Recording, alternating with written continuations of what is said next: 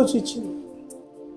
ఇక ఏదో కొద్దిగా నూనె ఉందయ్యా, ఆ పిండి పిసికి 2 రొట్టెలు చేసుకుని నేను నా కొడుకు తిని చచ్చిపోదామని నేను డిసైడ్ అయిపోయామంటే దాంట్లోనే ఒక చిన్నది నాకు చేసి పెట్టమ్మా.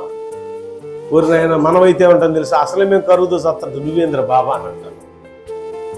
ఆ తల్లి అలా అనలా, ఆ విధవరాలు అలా అనలా. అవునయ్యా, మేము తినే దాంట్లోనే మొదటిది నీకే ఇస్తా. ఎవరికి ఇస్తానంట? నీకే. అంటే సేవకుడు కాదు అక్కడ, దేవునికి ఇవ్వబట్టి పిండి తరిగిపోలా, నూనె కరిగి.